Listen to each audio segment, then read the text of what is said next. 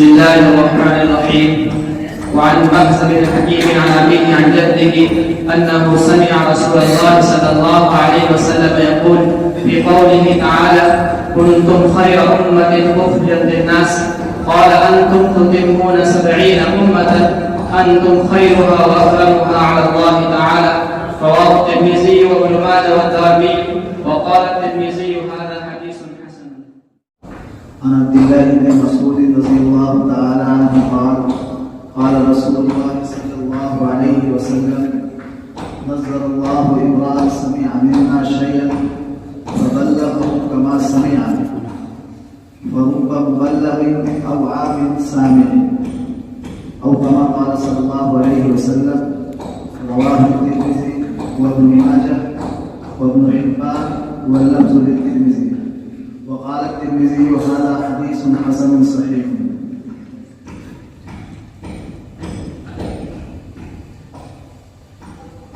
ہم سب کے مشفق و کرم فرما ادارے کے روح رواں جناب حضرت محتمیم صاحب دامت برکاتہم العالیہ، حضرت کی ذات دیکھنے میں تو بہت چھوٹی سی معلوم ہوتی ہے، لیکن اللہ تعالیٰ نے بہت سارے کمالات عطا فرمائے ہیں۔ ان میں سے ایک یہ ہے کہ حضرت کی ذات جو ہے ایک سوال کا جواب دی ہے۔ حضرت کی ذات ایک سوال کا جواب ہے۔ سوال یہ ہے کہ علماء کرام کو سیاست میں کیوں جانا چاہیے، اور علماء کو سیاست میں جانے میں جو ہے گویا کہ اپنے فرض منصبی سے پیچھے ہٹنا ہے، لیکن حضرت کی ذات جو ہے میں سمجھ رہا ہوں کہ ایک جواب ہے کہ نہیں، فرض منصبی سے پیچھے ہٹنا نہیں بلکہ فرض منصبی کے اندر داخل ہے۔ اس لیے کہ علماء کو اللہ تعالیٰ نے رہنمائی کے لیے متعین کیا ہے۔ رہنمائی صرف مدرسے اور مسجد کے اندر تھوڑی ہوتی ہے، رہنمائی تو ہر جگہ ہے نا، دین کے تمام شعبوں کے اندر۔ اس لیے مجھے سمجھ میں آ رہا ہے کہ ایک سوال کا جواب بھی اللہ تعالیٰ صحت و تندرستی اور سلامتی کے ساتھ خوب لمبی عمر عطا فرمائے، اور دیگر حضرات علماء کرام اور عزیز طلباء، اس وقت جو گفتگو کا اصل موضوع ہے وہ تو حدیث شریف کا یہ سبب ہے، لیکن جو بات بیان کی جائے وہ 4 حصوں کے اوپر منقسم ہے۔ جو بھی بات یہاں کی عرض کروں گا وہ 4 حصوں کے اوپر منقسم ہے۔ پہلا حصہ ہے حدیث شریف کی تشریح، اس کے بعد کچھ باتیں وہ ہوں گی جو یہ خوش نصیب طلبہ عزیز اگلے سال دورہ حدیث شریف کے اندر جائیں گے ان کے لیے خاص طور پر عمومیت کے اعتبار سے انشاءاللہ سب کو فائدہ ہوگا، سارے ساتھیوں کو۔ اور تیسرا حصہ ہے گفتگو کا ان طلبہ کے لیے جو اگلے سال مشکات شریف پڑھنے والے ہیں، اور چوتھا حصہ ہے عام باتوں کے اوپر مشتمل ہے، اس کے مخاطب کوئی خاص نہیں ہے، سارے طالب علم تمام ساتھی ہیں۔ تو پہلی بات کو شروع کرتے ہیں۔ یہ روایت پڑھی گئی ہے حضرت بہز بن حکیم بن معاویہ بن حیدہ قشیری سے روایت نقل کی گئی ہے۔ حضرت بہز بن حکیم اپنے والد سے، اور وہ عن جدی ان کے دادا سے۔ بہز بن حکیم کے والد ہوئے حضرت حکیم، اور حضرت بہز کے دادا ہوئے حضرت معاویہ۔ انہوں نے رسول اللہ صلی اللہ علیہ وسلم سے یہ روایت سنی ہے فی قوله تعالی کنتم خیر امۃ اخرجت للناس۔ اس آیت کریمہ کی تشریح میں آپ صلی اللہ علیہ وسلم نے کیا فرمایا؟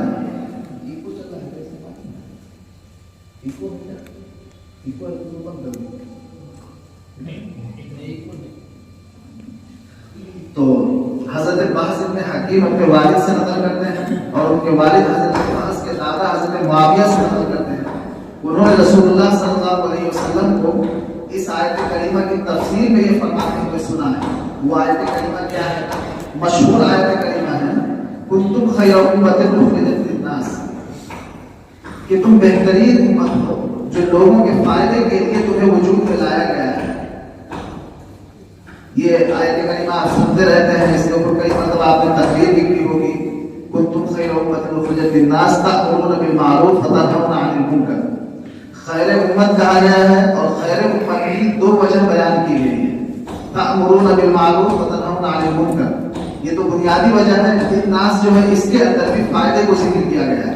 اصل میں دن ناس کی وضاحت ہے تأمرون بالمعروف وتنهون عن المنکر, کہ تم خیر امت ہو, لوگوں کے فائدے کے لیے تمہیں وجود میں لایا گیا ہے. لوگوں کا کیا فائدہ ہے تم سے متعلق. تو دو بنیادی فائدہ. ایک فائدہ یہ ہے کہ امر بالمعروف تمہارا کام ہے, اور دوسرا کام نہیں عن المنکر ہے. یہ سب سے بڑا فائدہ ہے, اس لیے کہ یہ دینی فائدہ ہوتا ہے. اس کے اوپر سوال پیدا ہوتا ہے کہ کنتم کا لفظ ہے. کنتم آپ جانتے ہیں کہ فعل ماضی ہے, اور اس کا معنی ہوتا ہے کہ تم خیر امت تھے لغوی معنی کے اعتبار سے. یعنی تم پہلے کے زمانے میں خیر امت تھے, لیکن اس آیت کریمہ کے نزول کے وقت تم خیر امت نہیں ہو. لفظی ترجمہ تو یہی ہوا, لفظی مفہوم یہی ہوا. لیکن ایسی بات نہیں ہے.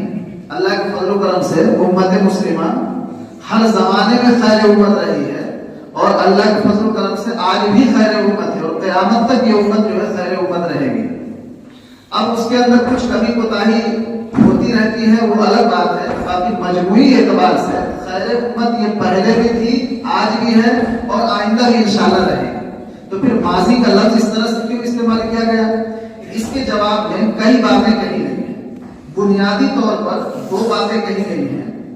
وہ یہ ہے کہ ثابتین فی علم اللہ مکتوبین فی اللوح المحفوظ, کہ تم خیر امت تھے, یعنی اللہ رب العزت کے علم ازلی میں تمہارا خیر امت ہونا بہت پہلے سے لکھا ہوا, اللہ تعالیٰ کو پہلے ہی سے معلوم ہے. تو دو باتیں ہوئی. ایک بات تو یہ ہے کہ تم خیر امت تھے, یعنی اللہ رب العزت کے علم ازلی میں تم خیر امت تھے, اور اس کے بعد اللہ تعالیٰ نے تمہیں دنیا کے اندر وجود بھی بخش دیا. یعنی تمہارا خیر ہونا تمہارے وجود کے بعد نہیں ہے, بلکہ تمہارے وجود سے بہت پہلے ہی سے اللہ رب العزت کے علم میں ہے کہ تم خیر امت ہو. تو اس اعتبار سے ماضی کا صیغہ استعمال کیا گیا ہے. دوسری بات یہ ہے کہ لوح محفوظ جو اللہ تعالیٰ کے ہاں ایک بہت بڑا بورڈ ہے, اس بورڈ کے اندر دنیا کے اندر جتنی ساری چیزیں وجود میں آ چکی ہیں, آتی رہتی ہیں, آتی رہیں گی, ساری چیزوں کو لکھ دیا گیا ہے.